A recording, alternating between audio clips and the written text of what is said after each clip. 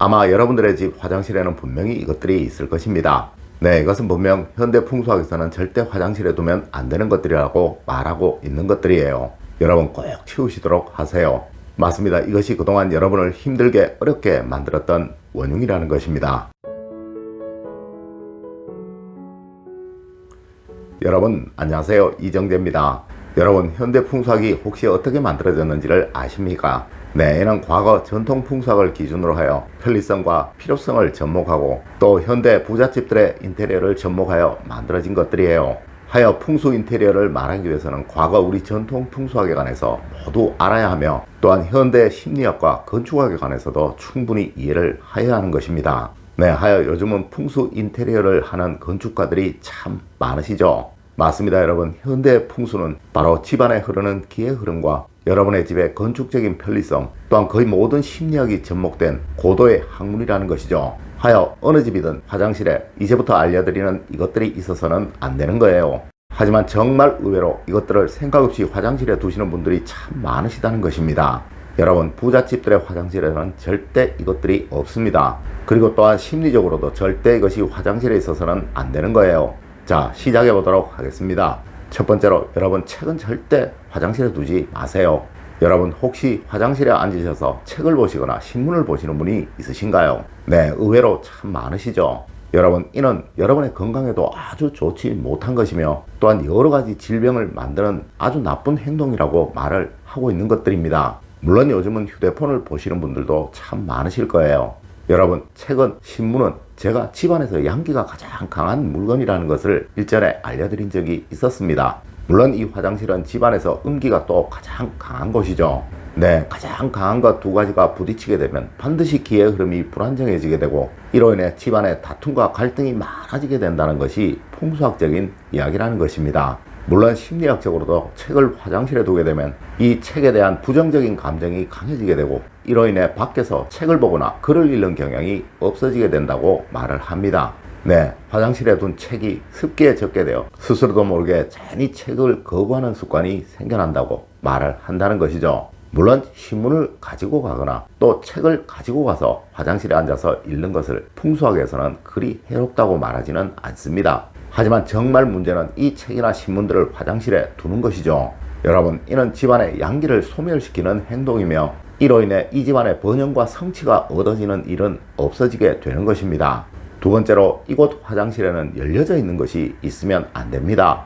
여러분, 지금 화장실을 한번 가보세요. 혹시 변기 뚜껑이 열려져 있지는 않으신가요? 그럼 화장실 문은 잘 닫혀져 있으신가요? 네, 만일 그러하다면 여러분의 집은 행복이 넘치는 가정입니다. 하지만 아마 그렇지 않으신 가정이 참 많으실 거예요. 여러분, 이 변기 뚜껑에 관한 이야기는 풍수학에서 정말 중요하게 다루는 부분입니다. 물론 현대의학적으로도 아주 해롭다고 말을 하는 부분이죠. 네, 하여 이곳 화장실에서는 절대 그 어느 것도 열려져 있는 것이 있어서는 안 되는 거예요. 여러분, 화장실 문도 꼭 닫아두시고 화장실에 혹 서랍이 있으시다면 이것도 꼭 닫아두시고 케이스가 있으시다면 이것도, 장이 있으시다면 이것도 꼭 닫아두세요.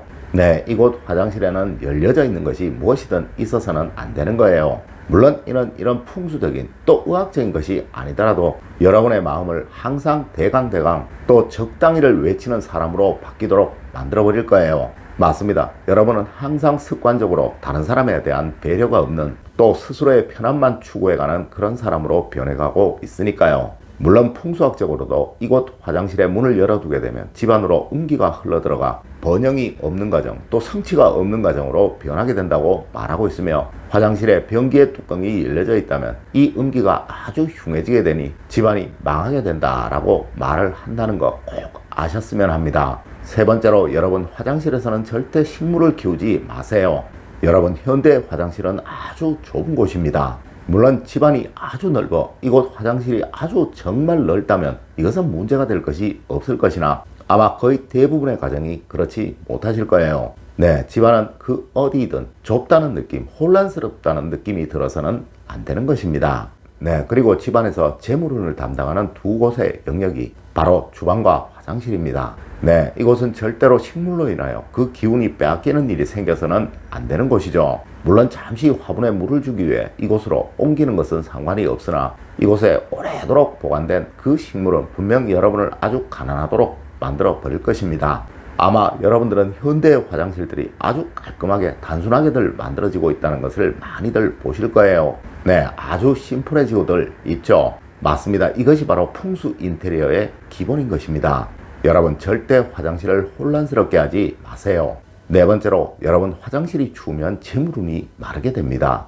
여러분, 이는 현대 화장실에는 욕실이 같이 붙어 있기에 만들어진 이야기입니다. 아마 여러분들 예전에는 거의 부엌에서 목욕들을 하셨을 거예요. 네, 왜 그러하였을까요? 맞습니다. 추운 곳에 욕실이 있는 것을 풍수학적으로는 아주 불길하게 생각을 하기에 그러했던 것입니다. 물론 이 풍수학은 사람의 건강, 그리고 생활, 그리고 행복을 기준으로 만들어진 것이라 이런 이야기도 있는 거예요. 여러분, 춥다는 것은 수행의 기운이 아주 강해지고 있다는 것을 의미하는 이야기예요. 네, 하여 겨울이 수행인 거예요. 물론 이 욕실은 집안에서 수행이 가장 강한 곳이죠. 여러분, 풍수에서는 이 수행은 돈과 지혜 그리고 번영을 상징하는 오행입니다. 하지만 또 우리 동양학에서는 무엇이든 너무 강해지게 되면 오히려 없음만 못하다라는 과유불급의 원리를 강조하고 있죠. 네, 하여 욕실이 추워지게 되면 이 수행이 너무 강해지게 되니 이 집안에 가난과 망함이 찾아오게 된다는 것입니다. 여러분, 절대 화장실을 춥게 사용하지 마세요. 네, 이것은 여러분을 정말 불행하도록 만들 것입니다. 다섯 번째로, 곰팡이나 얼룩은 절대로 없도록 하세요. 여러분, 이는 게으름의 상징입니다. 물론 어느 집이든 이 욕실은 항상 많은 습기로 인해 곰팡이가 생길 수밖에 없을 거예요. 하지만 문제는 이것이 눈에 보이도록 만들어서는 안 된다는 것이죠.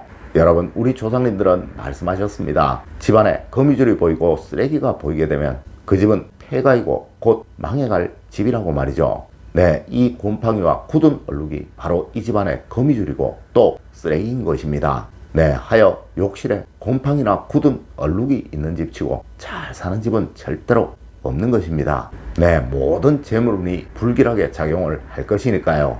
여러분, 오늘은 망해가는 집 화장실에 반드시 있는 것에 관해서 말씀을 드렸습니다. 물론 많은 분들이 이런 생각도 하실 거예요. 에이, 그 정도 가지고 집안이 망하겠냐라고 말이죠. 하지만 여러분 꼭 아셔야 합니다. 세상에는 절대 이유 없는 결과는 없는 것이며 그 누구이든 평소의 행동이 어떠냐에 의해서 번영할 사람과 망해갈 사람이 구분되어 지는 것이라는 것을 말입니다. 네, 앞서의 행동을 하는 사람들은 분명 다른 것도 또 함부로 할 것이고 이러함들이 모이고 모여서 그 사람을 망하도록 만들어버리는 것입니다. 여러분, 우선 앞서의 것들을 꼭 없애시도록 하세요. 분명 여러분의 집은 알 수 없는 재물운을 얻게 되실 것입니다. 네, 이것이 그동안 제가 풍수를 봐드렸던 분들에게 항상 알려드렸던 내용들입니다.